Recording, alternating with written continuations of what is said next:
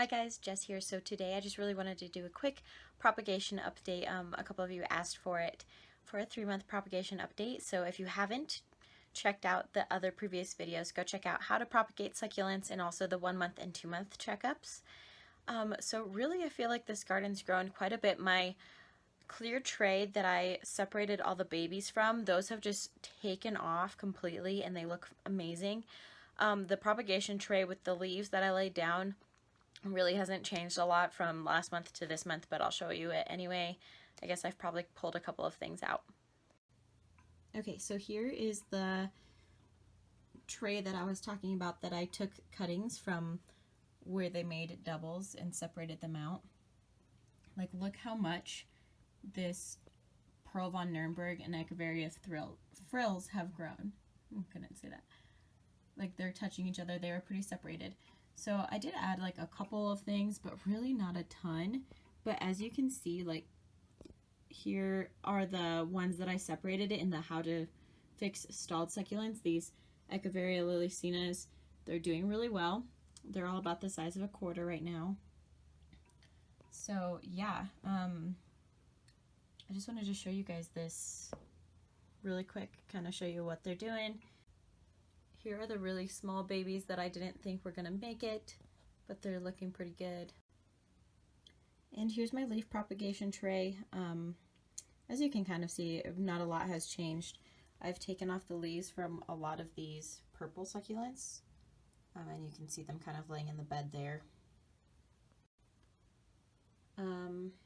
This opalina has grown a lot. As you can see, he's pretty stretched out. Here's some moonstones. Here's a couple that I took off from the leaf a while ago. They're doing pretty good. The purple ones are still pretty small. Here are some little jewels propagated. They're actually doing really well. They're kind of growing a little slow, but they look good. The Pearl von Nürnbergs are doing all right. They're just taking their time. So one thing I did really want to show you is this Echeveria frill. There's a cute little baby there.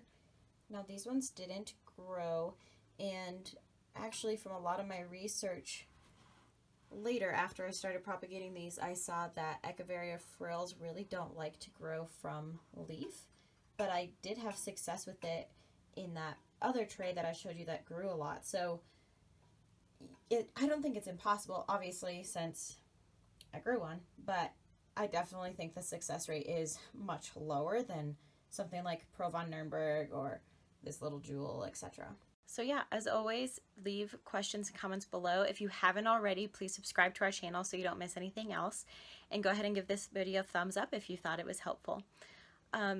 Please leave any questions or comments below, you guys. I will go through them and I will answer them in another video, or I will reply to them directly. But really, I want this to really help you guys grow your own succulents, because I know they can be really expensive, and this is a method that has worked for me over and over and over again. Everything that you saw in that first tray that I showed you today, I've all propagated. There has not been one that I bought and just potted in there, you know. I made all of those. So I really want this to help you guys learn how to propagate your succulents. So please leave any questions below, and thank you for joining. There will be a couple more videos uploaded this week, so please stay tuned.